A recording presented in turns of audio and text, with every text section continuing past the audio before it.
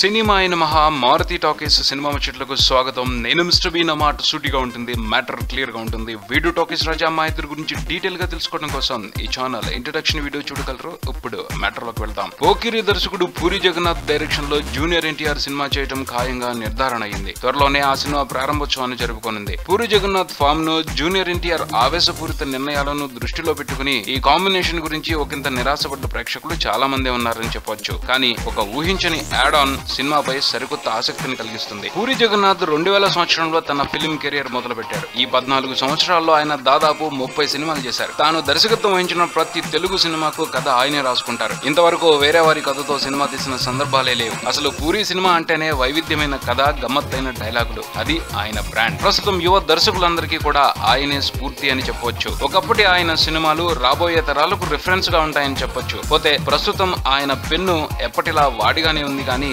ఆలోచనలు మాత్రం ఒక చోట స్ట్రక్ అయిపోయాయి. దాని ఫలితమే ప్రస్తుతం వరుసగా వస్తున్న పూరి మూసా సినిమాలు. దాంతో స్టార్ హీరోతో పూరి సినిమా అనౌన్స్ చేస్తే ఆ హీరోల అభిమానులు బెంబేలెత్తే పరిస్థితి. 13 రోజుల్లో కథ రాసి అతి తక్కువ రోజుల్లో సులువుగా సినిమా పూర్తి చేసే పూరితో పనిచేయడానికి ప్రతి స్టార్ హీరో ఉత్సాహం చూపిస్తారు. డైలాగుల పరంగా, దర్శకత్వం పరంగా పూరికి పేరు పెట్టే ధైర్యం ఎవరికీ లేదనే చెప్పాలి. కానీ నాణ్యత లేని కథలే ఆయన్ని దెబ్బకొడుతున్నాయి. ఆయనతో పనిచేసేప్పుడు మీ కథ వద్దు అని చెప్పే ధైర్యం అయితే ఎవరికీ లేదని అనుకోవాలి. కానీ ఈ పరిస్థితికి అనుకోకుండా ఒక కామా దొరికింది. ఆ కామా పెట్టింది ఎవరో కాదు, జూనియర్ ఎన్టీఆర్. వాళ్ళిద్దరి కాంబినేషన్ లో వస్తున్న సినిమాను ఒక్కాంతం వంశీ కథతో రూపొందించడానికి పూరి జగన్నాథ్ సిద్ధమయ్యారు. ఎన్టీఆర్ చొరవ మూలంగానే పూరి మొదటిసారి వేరే వ్యక్తి కథతో ఒక తెలుగు సినిమా చేయడానికి ఒప్పుకున్నాడని స్పష్టంగా తెలుస్తుంది. పోతే ఈ పరిణామం ఎన్టీఆర్ సినిమా వరకే కాదు, తెలుగు సినిమా పరిశ్రమకు కూడా మేలు చేసేదే. ఎలా అంటే పూరి జగన్నాథ్ తక్కువ రోజుల్లో సినిమా పూర్తి చేస్తాడు, కానీ క్వాలిటీలో ఎక్కడా కాంప్రమైజ్ అవ్వడు. కాబట్టి ఆయనకు మంచి కథలు దొరికితే, అదే